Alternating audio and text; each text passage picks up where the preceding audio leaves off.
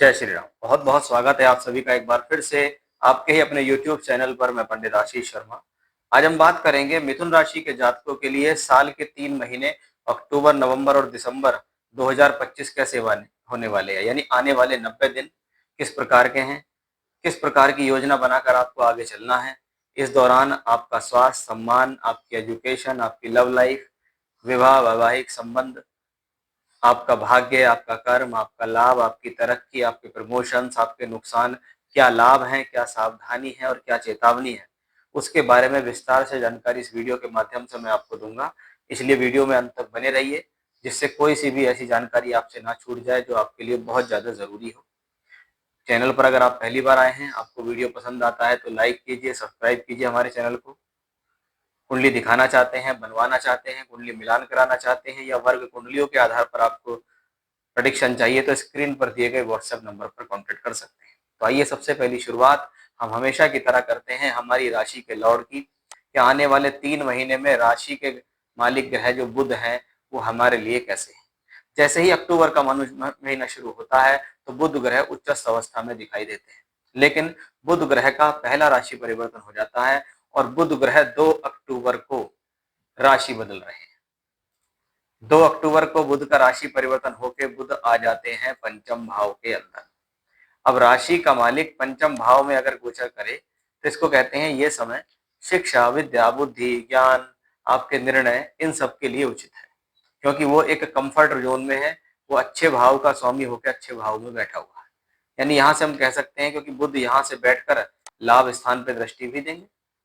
इसका सीधा संबंध है कि आप जो इस दौरान बुद्धि और योजना लगा रहे हैं उससे आपको लाभ मिलेगा। अब बुध ग्रह का अगला परिवर्तन फिर होगा, क्योंकि अभी फिर बुध ग्रह जो है 24 अक्टूबर को वृश्चिक राशि में पहुंच जाएंगे। अब वृश्चिक राशि में 24 अक्टूबर से लेके 10 नवंबर तक, ये बात ध्यान रखिएगा, 24 अक्टूबर से लेके 10 नवंबर तक जो बुध ग्रह होंगे वो वृश्चिक में होंगे। तो जब तक वो छठे घर में यानी वृश्चिक में रहेंगे, तो राशि का मालिक अगर छठे घर में रहे तो ये समय आपके ऊपर रोग, ऋण और शत्रु इस दौरान हावी हो सकते हैं। यानी ये समय आपके को रोग दे सकता है, आपको ऋण दे सकता है, आपको शत्रु दे सकता है, आपको जीवन में परेशान कर सकता है, आपको स्ट्रगल करा सकता है, क्योंकि ये ग्रह फिर वक्री भी हो रहे हैं। वक्री कब होंगे? वक्री होने का जो समय होगा वो 10 नवंबर को होगा। 10 नवंबर से लेकर 29 नवंबर तक ये ग्रह वक्री रहेंगे। ठीक है, और वक्री होके फिर ये वापस जाएंगे। यानी वक्री होके पंचम भाव में जाना इनके लिए शुभ है, जैसा कि मैंने कहा कि भी पंचम भाव में स्थितियां शुभ है। लेकिन जब जब वो ग्रह आपके छठे भाव के अंदर गोचर करेगा तब तक वो समय आपके लिए ठीक नहीं होगा। मैं एक बार फिर से आपको बता देता हूं कि 24 अक्टूबर से लेकर 10 नवंबर तक जो स्थितियां हैं वो वृश्चिक में रहेंगी, और लगभग 29 नवंबर तक ये जो स्थितियां हैं फिर 29 नवंबर को वापस चले जाएंगे, फिर 6 दिसंबर के बाद फिर वृश्चिक में आ जाएंगे। यानी देखा जाए तो बुध ग्रह कब कब वृश्चिक राशि में रहेंगे ये देखने वाली बात है कि भाई 24 अक्टूबर से लेकर और 10 नवंबर तक ये ग्रह वृश्चिक में रहेंगे, और उसके बाद फिर 6 दिसंबर तक से आगे फिर वृश्चिक में रहेंगे। यानी ये जो महीना है, जो आने वाले 3 महीने हैं, इसके अंदर अगर देखें तो नवंबर का लगभग हाफ और दिसंबर का लगभग पूरा महीना आपको इस दौरान की सावधानी देता है कि भी आपको इस दौरान रोग, ऋण और शत्रु का सामना करना पड़ सकता है। इसलिए आप अपनी लाइफ के अंदर स्थितियों को संभाल कर चलिएगा। सूर्य ग्रह जो कि प्रत्येक महीने की 14 से 16 तारीख के बीच में राशि बदल देते हैं।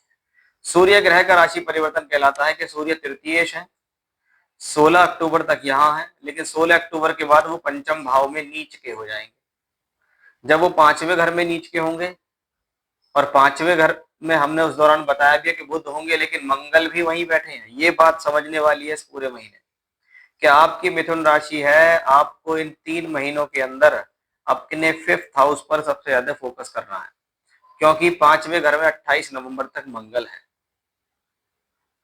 सॉरी 28 अक्टूबर तक मंगल है। ठीक है, 16 अक्टूबर को सूर्य भी आएंगे। तो सूर्य नीच के सूर्य और मंगल का अंगारक योग यहाँ बनेगा। यानी अक्टूबर के महीने का आधा जो महीना है उस दौरान ध्यान रखें कि अपनी गलती की वजह से अपनी शिक्षा, विद्या, बुद्धि, ज्ञान में लॉस ना करें, प्रेम संबंधों को खराब ना करें, एग्रेशन से आपको बचना है। ऐसी स्थिति में आपको यहाँ ध्यान रखना है कि आपसे कुछ ऐसी गलती ना हो जो आपकी प्रोफेशनल लाइफ में आपको लॉस दे, क्योंकि ये 10वें घर से 8वां भाव भी कहलाता है। यानी हमारी कर्मों की गलतियां यही हैं। और हम कर्म में कब गलती करते हैं? जब हम अपनी प्रोफेशनल लाइफ के अंदर गलत डिसीजंस लेते हैं। ठीक है, इस बात का आपको ध्यान रखना होगा।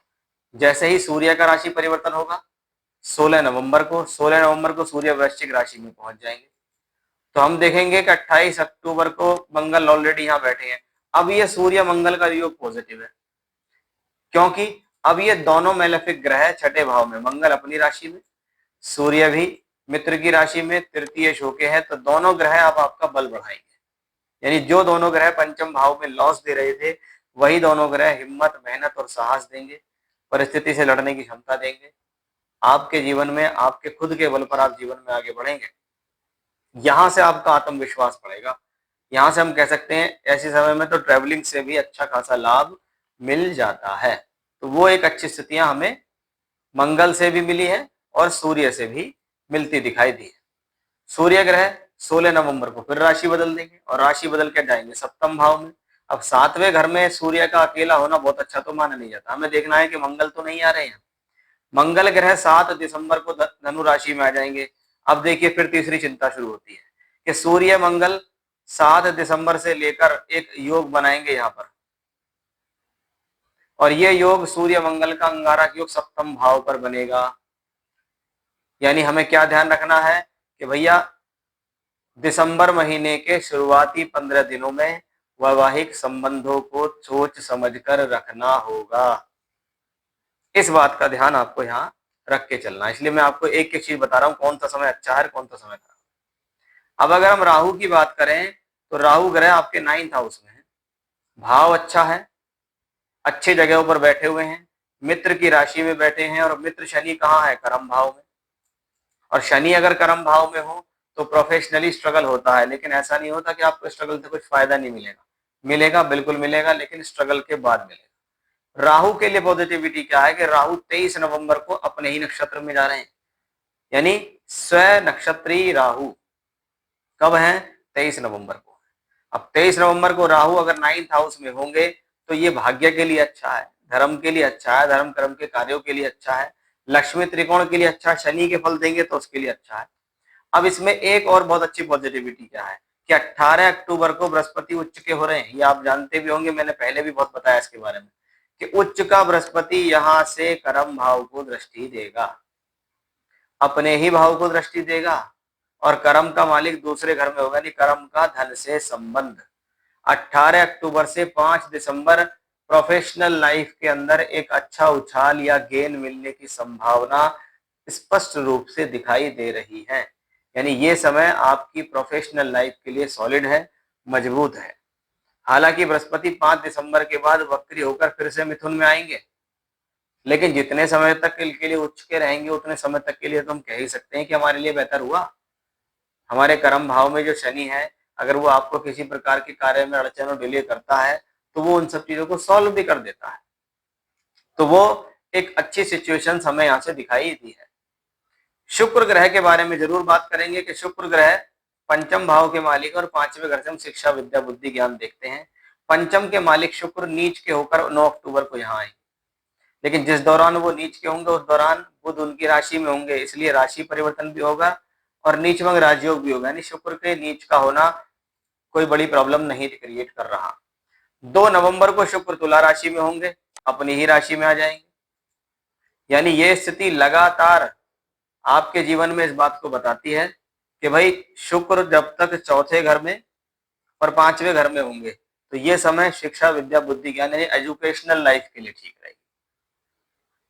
तो ओवरऑल अगर देखें तो मोस्ट ऑफ ऑल प्लेनेट कहीं ना कहीं इन 3 महीनों में फेवर में है, लेकिन सूर्य मंगल की युति पंचम भाव में और सूर्य मंगल की युति सप्तम भाव में क्या कर सकती है उसका आपको थोड़ा ध्यान रखना होगा। और जो चीज मैंने आपको बताई है उस दौरान वो घटना घटने की संभावना ज्यादा रहेंगी। इसलिए विशेष सावधानी रखें, उसी प्रकार से स्थितियों को आगे चलाएं, उसी प्रकार से आप योजना बनाएं। जय श्री राम।